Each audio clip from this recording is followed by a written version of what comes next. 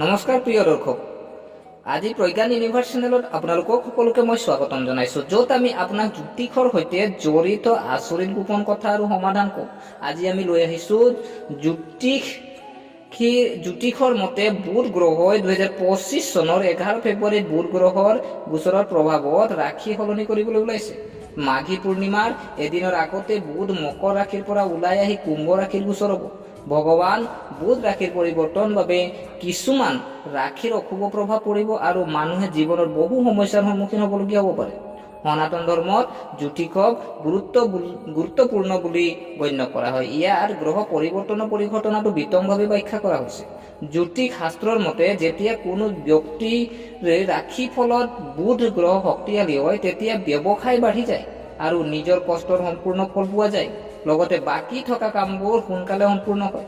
একে সময়ত দুৰ্বল বুধৰ বাবে এজন ব্যক্তিয়ে জীৱনত বহু সমস্যাৰ সন্মুখীন হ'বলগীয়া হ'ব পাৰে।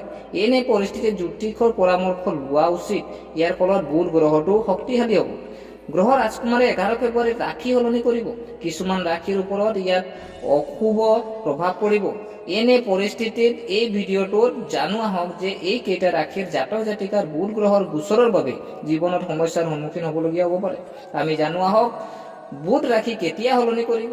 জ্যোতিষৰ মতে 11 ফেব্ৰুৱাৰীৰ নিশা 12:58 বজাত বুধ গ্ৰহ কুম্ভ ৰাশিৰ গোচৰ কৰিব আৰু 26 ফেব্ৰুৱাৰীলৈ বুধ এই ৰাশিত থাকিব। বুধ গ্ৰহৰ গোচৰৰ পিছদিনা অৰ্থাৎ মাঘী পূৰ্ণিমাত সূৰ্যদেৱে ৰাশি সলনি কৰিব। এই দিনটোত সূৰ্যদেৱে কুম্ভ ৰাশিত গোচৰ কৰিব। এনেতে এই ৰাশিবোৰত কিছু অশুভ প্ৰভাৱ পৰিব, যেনে তুলা ৰাশি। তুলা ৰাশি যদি চোৱা হয়, ভগৱান বুধ ৰাশিৰ পৰিৱৰ্তনৰ বাবে তুলা ৰাশিৰ জাতক জাতিকাৰ ওপৰত অশুভ প্ৰভাৱ দেখা যাব। এনে পৰিস্থিতিত এই ৰাশিৰ লোকসকলৰ সাৱধান হোৱা উচিত। লগতে কেৰিয়াৰ প্ৰতিও বিশেষ গুৰুত্ব দিয়ক। কাৰো বিতৰ্কত জড়িত নহ'ব। পৰিয়ালৰ সদস্যৰ সৈতে সম্পৰ্ক মজবুত কৰিবলৈ চেষ্টা কৰক। প্ৰেম জীৱনতো বিৰূপ প্ৰভাৱ পৰিব। এনে পৰিস্থিতিত সংগীৰ লগত কোনো ধৰণৰ তৰ্ক নকৰিব। লগতে সম্পৰ্কটো মজবুত কৰিবলৈ কিছু ব্যৱস্থা গ্ৰহণ কৰক। ইয়াৰ পিছত যদি আমি চাওঁ, 2 নম্বৰ ৰাশি হ'ল মকৰ ৰাশি। হয় প্ৰিয় দৰ্শক, জ্যোতিষৰ হিচাপে বুধ গ্ৰহৰ গোচৰৰ সময়ত মকৰ ৰাশিৰ জাতক জাতিকাৰ বাবে ভাল হ'বলৈ যোৱা নাই। কিছুমান কাম সম্পূৰ্ণ নোহোৱাৰ বাবে দুখ অনুভৱ কৰা, টকাৰ লোকচান হ'ব, যাৰ ফলত আৰ্থিক সংকটৰ সৃষ্টি হ'ব। কাৰ্যালয়ৰ কামৰ সন্দৰ্ভত বিতৰ্কৰ সমস্যা হ'ব পাৰে। এনে পৰিস্থিতিত সাৱধানে কাম কৰিব লাগিব। কৰ্মক্ষেত্ৰত আপোনাৰ বিৰুদ্ধে কিছু ষড়যন্ত্ৰ ৰচনা হ'ব পাৰে।